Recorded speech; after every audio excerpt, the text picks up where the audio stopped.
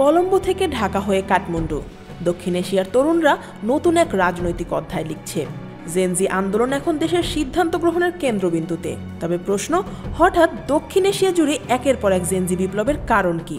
আর এরপর এশিয়ার কোন দেশে বইবে এই বিপ্লবের হাওয়া?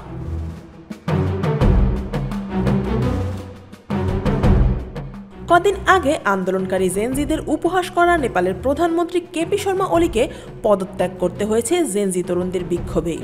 2024 সালে বাংলাদেশে জেনজিদের কোটা প্রথা ও বৈষম্যের বিরুদ্ধে আন্দোলন শেষ হয় প্রধানমন্ত্রী শেখ হাসিনার পতনের মধ্য দিয়ে। 2022 সালে শ্রীলঙ্কার অর্থনৈতিক ধসের মধ্যে বিক্ষোভে দেশ ছেড়ে পালিয়ে যান প্রেসিডেন্ট গোতাবায়া রাজাপাকসে।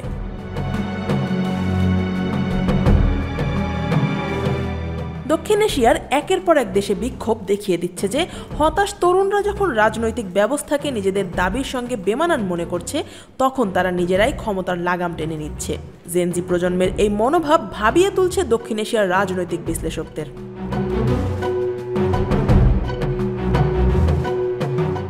যুক্তরাষ্ট্রের শিকাগো বিশ্ববিদ্যালয়ের রাষ্ট্রবিজ্ঞানের শিক্ষক পল স্ট্যানিল্যান্ডের মতে, দক্ষিণ এশিয়া অঞ্চল বহু রাজনৈতিক আন্দোলনের সাক্ষী হলেও সরকার পতনের ঘটনা খুব কম ঘটেছে। এটি দক্ষিণ এশিয়ার জন্য একটি নাটকীয় পরিবর্তন। শ্রীলঙ্কা, বাংলাদেশ ও নেপালের প্রতিটি আন্দোলন নিজস্ব প্রেক্ষাপটে হলেও ভেতরের সাধারণ সূত্র এক, তা হলো নতুন এক প্রজন্ম যারা আর ভাঙা প্রতিশ্রুতির বোঝা বইতে রাজি নয়।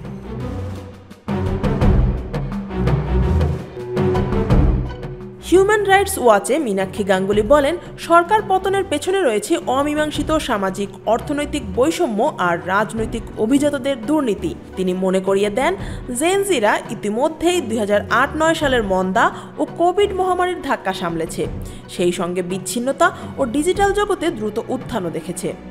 গাঙ্গুলির ভাষায়, দক্ষিণ এশিয়ার তরুণরা তাদের রাজনৈতিক নেতাদের সঙ্গে কোনো যোগসূত্র খুঁজে পাচ্ছেন না। ফারাকটা খুব বেশি হয়ে গেছে। তরুণদের জীবন আর রাজনীতিক অভিজাতদের জীবনের এই বিশাল ফারাক ক্ষোভকে তীব্র করেছে।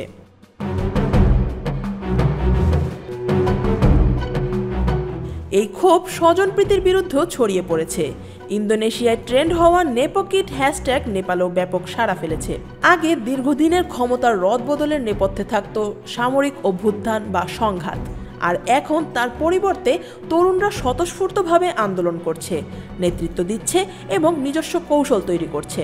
দক্ষিণ এশিয়ার জন্য এটি নতুন এক রাজনৈতিক ধারা। এর পেছনে রয়েছে কিছু বাস্তবতা।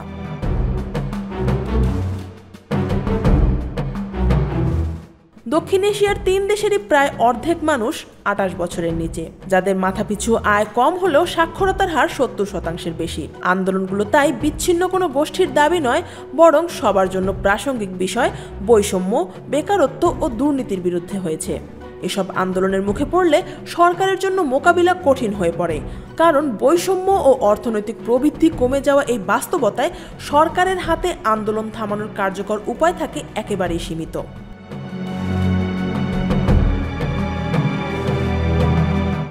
জেনজি তরুণদের মূল দাবি হলো রাজনৈতিক অংশগ্রহণ, অর্থনৈতিক ন্যায় বিচার ও জবাবদিহিতা। ডিজিটাল যুগে তারা কমিউনিটি গঠন, সংগঠন ও নিজেদের অবস্থান প্রকাশ করছে অনায়াসে। এখন প্রশ্ন হলো, এই জেনজি আন্দোলন দক্ষিণ এশিয়ার রাজনীতিকে কোথায় নিয়ে যাবে? শ্রীলঙ্কা, বাংলাদেশ, নেপালের পর কোন দেশে হতে যাচ্ছে জেনজি বিপ্লব? সময় এবং পরিস্থিতি তার চূড়ান্ত উত্তর দেবে। আফিয়া আক্তার, ঢাকা ওয়াচ।